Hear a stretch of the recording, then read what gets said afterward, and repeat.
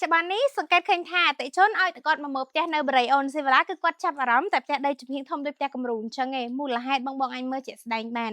នៅពេលដែលយើងទិញផ្ទះដីជំហៀងធំអញ្ចឹងណាទី1គឺយើងចំណេញស្ប៉េសមិនបានខ្ញុំនិយាយចឹងតម្លៃខុសគ្នាតិចតួចទេចំណេញស្ប៉េសត្រង់អីបងអាចច្នៃរៀបចំជាកញ្ចក់ទុកសម្រាប់ជួបជុំគ្រួសារមានបងប្អូនមកលេងផ្ទះសៅរ៍អាទិត្យអត់ចាំបាច់ចាយពេលធ្វើដំណើរទៅខែដើម្បីបានជុំគ្នាទេបងប្អូនខាតពេលមែនទែនគ្រាន់តែដាក់តុញ៉ាំអាហារបែបជាលក្ខណៈតុងចេះមកញ៉ាំអាហារជួបជុំគ្រួសារពិភាក្សាគ្នាលេងគឺចំណេញមែនទែនមួយវិញទៀតមានទីធ្លាច្រើនសម្រាប់ឲ្យបងដាំតំណាំដូចផ្ទះគំរូអញ្ចឹងយើងដាំជាដើមឈើលម្អតែបើសិនជាបងជាម្ចាស់ផ្ទះបងអាចដាំជាដំណាំដែលជាផលប្រយោជន៍ក៏បានដែរដូចថាជីម្ទេសខ្ទឹមដែលអាចស្លបានក៏បានអត់ជាបញ្ហាទេហើយនេះបងដើមឈើធំចេះបងដាំជាដើមស្វាយមានផ្លែហូបក៏បានចំណុចពិសេសសក់ស្ប៉េសដែលយើងអាចធ្វើជាអាងទឹកទុកឲ្យសម្រាប់កូនយើងចាគាត់ហែទឹកលេងក៏បានឬមួយក៏គាត់អាចធ្វើជាអាងមានចំត្រីក៏បានបើថាខ្លះហានិភ័យបាច់ធ្វើអាងទឹកទេបងប្អូនធ្វើចិញ្ចឹមត្រីទៅធ្វើទូកញ្ចក់មួយមកគឺស្អាតខ្លាំងកន្លែងនេះវិញឆ្នៃបានទឹកធ្លាក់ទៀតហើយសំខាន់ណាបើមកស្ប៉េសអត់ស្កេស្កាហេរៀបចំយ៉ាងច្រើនអញ្ចឹងហើយនៅសល់ស្ប៉េសទុកឲ្យសម្រាប់កូនរត់លេងទៀតបងឃើញនេះច្រើនមែនទែនហើយចំណែកកន្លែងនេះម៉ាក់អីគាត់ចូលចិត្តដាំតំណាំអីត្រូវមាញ់ចំណុចមួយទៀតបើសិនជាបងជាអ្នកលក់អនឡាញមានអីវ៉ាន់ច្រើនអត់ចង់ជួលឃ្លាំងគេទុកសម្រាប់ដាក់អីវ៉ាន់ទេកន្លែងនេះបងអាចធ្វើកូនឃ្លាំងដាក់អីវ៉ាន់ក៏បានដែរមួយវិញទៀតបងជាអ្នករស់ស៊ីឡានមានឡានច្រើនអត់ចង់ជួក្រាស់គេຕົកស្តុកឡានចោលខាត់ថ្លៃបងប្រចាំខែទៅឲ្យក្រាស់គេទៀតបងសេរីទ្វារចំហៀងផ្ទះបងចតឡានបាន4 10គ្រឿងហើយចំណុចពិសេស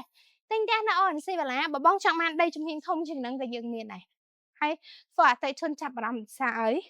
បកតែឆ្នៃមែនតើគ្រប់ជ្រុងហ្មងកន្លែងនេះបងអាចធ្វើជាចំណតឡានបាននេះខាងយើងរៀបចំវាយក្រានីតឲ្យបងទៀតហើយបើងាកមកមើលកន្លែងនេះវិញមានកន្លែងដោតភ្លើងសម្រាប់អ្នកដែលគាត់ជិះឡានអគ្គិសនីអីដឹងតែពេញចិត្តមកខាងបរិយាយើងគិតគូរមែនទែនព្រោះគាត់ដឹងថាសម័យនេះបច្ចុប្បន្ននេះគឺខាងយើងជឿនលឿនខ្លាំងប្រទេសខ្មែរយើងណាឡានអគ្គិសនីក៏ច្រើនដែរអញ្ចឹងពេលច្រើនអ្នកដែលទិញគាត់ជិះឡានអគ្គិសនីគាត់មានកន្លែងសាក់ថ្មស្រាប់តែម្ដងតោះឥឡូវយើងចូលទៅមើលខាងក្នុងតើអស់គ្នាដែរអញ្ចឹងសម្រាប់ចូលមកខាងក្នុងទី1មានបន្ទប់ទទួលភ្ញៀវចាគឺធំទូលាយស្អាតមែនតើនេះទទួលភ្ញៀវចន្លោះពី7ទៅ10នាក់ពី10នាក់អត់ចៀតទេ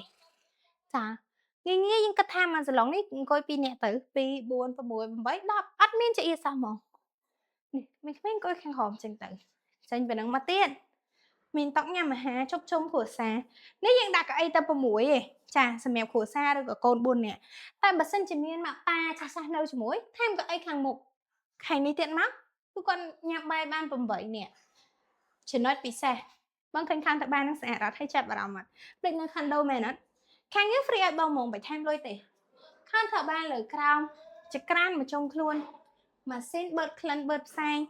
មានទ្វារចេញចូលចំហៀងផ្ទះទៀតអេបរិយអីក៏កាត់គោគ្រប់ជ្រុងម៉េះមកឃើញហ៎តោះឥឡូវយើងទៅមើលបន្ទប់គេងសម្រាប់តាយាយម្ដងមកមើលមួយខ្ញុំអញ្ចឹងពាក្យថាតាយាយគឺគាត់ចាស់ហើយត្រូវអត់បងប្អូនពិបាកឡើងចដើឆឹករយដៃជើងគាត់គេងនៅខាងក្រោមកុំបាច់ឡើងចដើគេគិតគូឲ្យគាត់នេះគាត់គេងមកសម្រាប់មកទំហំបន្ទប់ក៏ធំដែរបងឃើញអត់2នាក់មកល្មមមានទូកៅអៅមានពលឺចេញចូលបានល្អបើរឿងមូសវិញនៅអត់កើតទេព្រោះអីមូសមួយគឺខ្លាចពលឺថ្ងៃបំផុតបើកតាវាំងននមកពលឺចេញចូលបានល្អមែនតើថ្ងៃឡើងបាច់ប្រើប្រាស់ភ្លើងទេចេញពីនឹងមកទៀតមានកូនឃ្លាំងក្រោមចដើទៀតដាក់វត្ថុចាស់ចាស់អនុស្សាវរីយ៍អត់ចង់យកចោលដាក់ខាងក្រោមនឹងមកមានបន្ទប់ទឹកទទួលភ្ញៀវពលឺម្លេងផ្ទះនិយាយទៅគឺគ្រប់ជ្រុងស្អាតអញ្ចឹង